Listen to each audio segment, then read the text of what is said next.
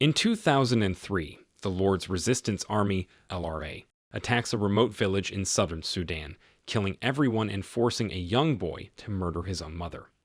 Years earlier in Pennsylvania, Sam Childers is released from prison after serving time for drug-related crimes. His wife, Lynn, picks him up, and on their way home, they stop by the roadside and have an intimate moment. At home, they are greeted by their daughter and Sam's mother. When Sam finds out Lynn has left her job as a stripper for factory work, he is angry, calling it a foolish decision. Lynn defends her choice, explaining that the job offers clean money, benefits, and daycare. She also reveals she has found faith in Christ, leading her to change her life. Frustrated, Sam storms out as Lynn warns he can't keep living the same way. Sam heads to a club, reunites with his friend Donnie, and falls back into partying and drugs, while Lynn and their daughter attend church for praise and worship. One evening, Donnie and Sam, armed with shotguns, rob a street dealer at his home, stealing drugs and cash. Later, while driving around and using drugs, they pick up a drifter who asks for a ride to Dunshore. When they refuse, he pulls a knife on Donnie. Sam quickly grabs his hand, moves to the back seat, and stabs him repeatedly. They dump the body by the roadside and speed off. That night, Sam returns home, shaken. Lynn wakes up and notices his distress as he asks for her help. Later, Lynn convinces him to attend church, where he is baptized and embraces salvation. Sam gives up his reckless lifestyle, finds steady work in construction, and sells his motorcycle. One day, he visits Donnie at their old hangout and is relieved to learn the drifter survived after someone took him to the hospital. That night, when Sam comes home late, Lynn suspects he's using drugs again, but he surprises her. He had donated blood and earned $20 for it. One day, powerful tornadoes hit their area. Sam quickly opens the floor for Lynn and their daughter to take cover, saving them, but their home is destroyed. The next day, after the tornadoes damage 600 homes, Sam's former employer, Bill, offers him work. Sam seizes the opportunity and starts his own company, Childers Roofing and Construction, which thrives and allows him to buy a new home for his family. Wanting to help his best friend, Sam rescues Donnie from a drug house and helps him overcome his addiction. One day at church, a visiting pastor from a Christian mission in Uganda speaks about the urgent need for help. Deeply moved, Sam feels called to assist, especially in construction. Over dinner, he discusses his plan to go to Uganda, and his family agrees. In Uganda, Sam works on construction projects. While there, he approaches two members of the Sudan People's Liberation Army, SPLA, Deng and Marco, for help, but they refuse. That afternoon, the pastor invites Sam and his team to Kampala for a weekend break, but Sam refuses, choosing instead to travel north into Sudan. The pastor warns him about the ongoing civil war, but Sam is determined. He asks Deng to accompany him, and when the weekend arrives, they set off for Sudan. During the journey, Sam asks about Deng's past. Deng shares that his family was killed by the LRA. At a refugee camp, he explains that for 30 years, the Muslim North has been slaughtering Christians in South Sudan. Inside a medical tent, Sam sees the effects of disease like malaria and cholera. While Deng steps away, a doctor named Paige asks Sam to help lift an injured Sudanese woman onto an exam table. Her lips were cut for arguing with the ruthless LRA commander, Connie. Concerned for Sam's safety, Paige warns him that staying in Sudan could get him killed. When Sam asks about Connie, Deng describes him as a ruthless killer who falsely claims to be a Christian but acts like the devil. They have been fighting him for years, but their weapons are old and unreliable. Sam inspects Deng's gun and realizes it's just clogged with dirt. When Deng asks if he's ex-military, Sam replies that he's just a gun lover. Suddenly, Sam hears noises outside. They look out and see Sudanese children gathering to sleep outside the building. Deng explains that their parents send them there because it's safer than staying in their village. Sam wakes the children and lets them sleep inside for the night. The next day, they follow the children back to their village, only to find it burned down and their parents killed by the LRA.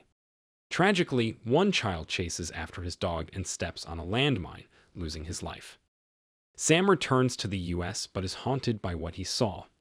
Unable to sleep, he reflects on his experience and believes he has received a vision from God. He decides to build a church near his home and an orphanage in Sudan. After completing the church, Sam begins preaching when the scheduled speaker doesn't show up, fully dedicating himself to his mission. He also helps his old friend Donnie find sobriety and faith. Sam returns to Africa with proper boots for the SPLA. Determined to build an orphanage, he travels north into Sudan to find land. A landowner warns him that the area is an active war zone, but Sam insists and begins construction. One evening, as the orphanage is finally completed, Sam watches a video of his daughter's school performance. Suddenly, the LRA attacks, opening fire and setting the orphanage on fire. He manages to save the children. The next day, Sam calls home, telling his wife he wants to give up. She reminds him that the orphans have endured worse and urges him to rebuild. Encouraged, he does. After the orphanage is rebuilt, the LRA attacks again. Wounded children are brought in, covered in blood. One girl asks what she did wrong, and Sam reassures her she did nothing wrong. Tragically, she does not survive. Furious, Sam leads an attack on an LRA convoy carrying armed child soldiers. They take down the LRA fighters and rescue the children. Sam returns to Pennsylvania and continues preaching at his church. He shares his plans and commitment to the orphanage with Lynn. Later, he visits his former colleague, Bill, asking for $5,000 to keep the orphanage running for 6 more months.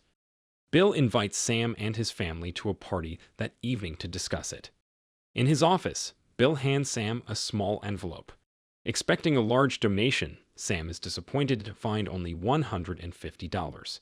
Frustrated, he storms out with his family. Despite the setback, Sam stays committed. He spreads God's message, inspires others, and sells his guns and car to fund the orphanage. Back in Sudan, he surprises the children with a playground, something they've never seen before. Their joy is overwhelming. Deng warns Sam that extra security is being arranged for his safety, but Sam refuses. Connie, the ruthless LRA commander, has placed a bounty on his head. One day, a group of men arrives at the orphanage. Deng informs Sam that their SPLA leader is among them. The leader acknowledges Sam's work and calls him the White Preacher. Honored, Sam accepts an invitation to Russia for peace talks as the leader's guest. Sam and the soldiers receive intel about kidnapped children and set out to find them. They spot 2 children tied up under the scorching sun. As Sam moves to rescue them, a gunshot rings out, hitting a soldier. Realizing it's an ambush, they return fire, taking down the attacker, who turns out to be a child forced by the LRA.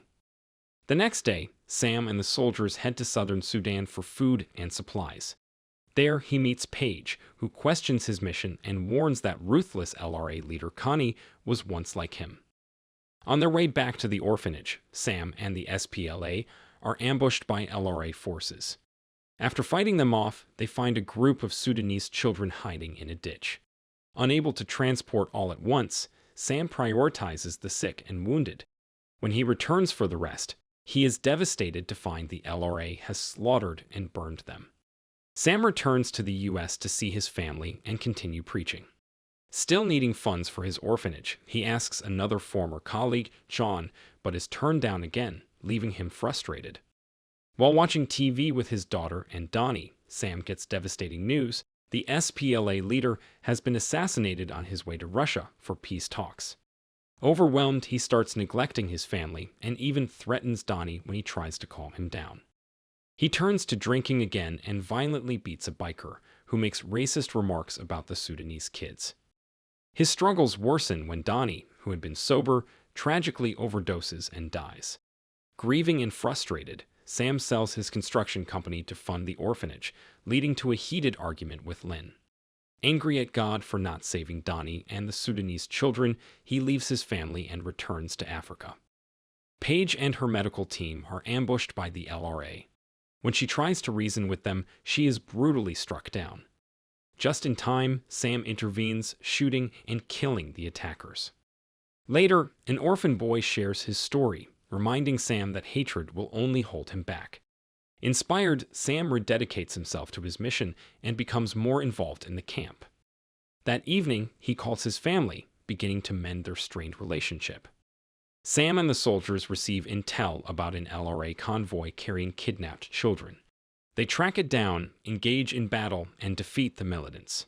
Searching the truck, they find the children and safely bring them back to the orphanage. The end credits feature black and white photos of the real Sam Childers, his wife, daughter, and the orphanage in Sudan, followed by a short home video of Sam discussing his work as the credits roll. If you enjoyed this video, don't be shy to hit the like button, and if you disliked it, hit the dislike button twice, to be sure. It would be best if you watched the whole movie. Thank you very much for watching. Please subscribe for more videos like this.